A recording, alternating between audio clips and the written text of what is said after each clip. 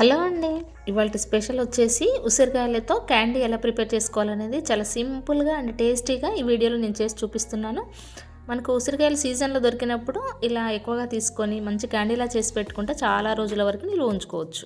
Welcome to my channel.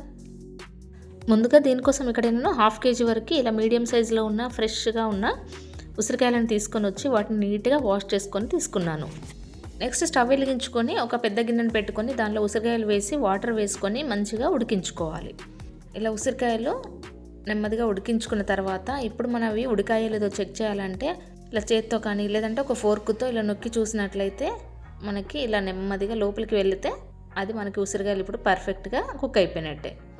ఈ టైంలో మేము ఇప్పుడు స్టవ్ ఆఫ్ చేసి ఇవి తీసి పక్కన పెట్టుకోవాలి. ఇందులో ఉన్న ఎక్స్ట్రా వాటర్ని ఒక స్ట్రైనర్లో వేసుకొని ఇలా వాటర్ అంతా తీసేయాలి. ఈ వాటర్ని కావాలంటే మనం రసం సాంబార్ ఏదైనా చేసుకున్నప్పుడు వేసుకోవచ్చు. ఇప్పుడు ఉసిరికాయలు పూర్తిగా చల్లారిన తర్వాత దీనిలో ఉన్న గింజలన్నీ తీసేస్తూ ఇలా ముక్కలన్నీ కూడా ఒక బౌల్లోకి తీసుకోవాలి.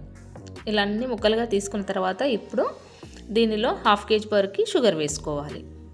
ఇలా షుగర్ వేసుకున్న తర్వాత దానిలో కొద్దిగా నిమ్మరసం వేసుకొని కావాలంటే చిటికెడంత సాల్ట్ కూడా వేసుకోవచ్చు, లేదు అంటే అవసరం లేదు. ఇలా షుగర్ 1/2 kg వరకు వేసుకొని అంతా కూడా ఉసిరికాయ ముక్కలకు పట్టేట్టుగా కలుపుకోవాలి. ఇలా కలుపుకొని మూతను పెట్టి 2-3 అవర్స్ అలా పక్కన పెట్టుకోవాలి. ఈ టైంలో మనకి షుగర్ అంతా కూడా కరిగిపోయి ఇలా వాటర్లా వచ్చేస్తుంది. ఇలా అంతా ఒకసారి కలుపుకొని మళ్ళీ కాసేపు మూతను పెట్టి ఉంచుకోవాలి. ఎందుకంటే షుగర్ సిరప్ అంతా కూడా ఉసిరికాయ ముక్కలకు బాగా పట్టాలన్నమాట. చూసారు, ఇక్కడ ఉసిరికాయ ముక్కలకి షుగర్ అంతా పట్టేసింది. ఈ టైంలో మనం అందులో ఉన్న వాటర్ అంతా కూడా ఒక స్ట్రైనర్తో వడకట్టుకోవాలి. ఈ వాటర్ని కూడా మనం లెమన్ జ్యూస్లో కానీ ఇంకేదైనా జ్యూస్లో చేసుకున్నప్పుడు కూడా వేసుకోవచ్చు. ఇలా వేసుకున్న తర్వాత ఇప్పుడు ఆ ఉసిరికాయ ముక్కలన్నింటినీ కూడా ఒక బటర్ పేపర్ తీసుకొని దానిపైన ఇలా విడివిడిగా వేసుకోవాలి. ఒకదానిపైన ఒకటి వేసుకోకుండా ఇలా విడివిడిగా ఒక స్పూన్తో అనుకుంటూ మంచిగా వెడల్పుగా ఇలా చేసుకుంటూ వేసుకోవాలి. ఇలా వేసుకొని వీటిని ఎండలో పెట్టుకోవాలి. ఎండలో అయితే మనకి 1-2 డేస్లో మంచిగా ఆరిపోతాయి, ముక్కలన్నీ కూడా డ్రైగా అయిపోతాయి. ఒకవేళ ఎండ అవైలబుల్గా లేని వాళ్ళు నీడలో కూడా పెట్టుకోవచ్చు. అలా అయితే ఇంకొక 1 డే ఎక్స్ట్రా ఉంచుకొని మంచిగా డ్రై అయ్యే వరకు ఉంచుకోవాలి. చూసారు, ఇక్కడ నాకు ఈజీగా డ్రై అయిపోయి వచ్చేసినాయి కదా. చాలా సింపుల్గా ఈ క్యాండీ ప్రిపేర్ చేసుకోవచ్చు అండి.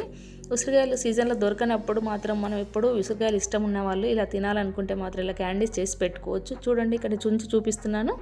లోపల కొద్దిగా సాఫ్ట్గా బయట డ్రైగా అనిపిస్తే మనకి ఇక్కడ పర్ఫెక్ట్గా క్యాండీ అనేది ప్రిపేర్ అయిపోయినట్టే. మనం ఇలాగే తినేయచ్చు, లేదు అంటే దీనిపైన కొద్దిగా షుగర్ని పౌడర్ చేసుకొని చల్లి తీసుకున్నామంటే చాలా టేస్టీగా ఉంటాయి.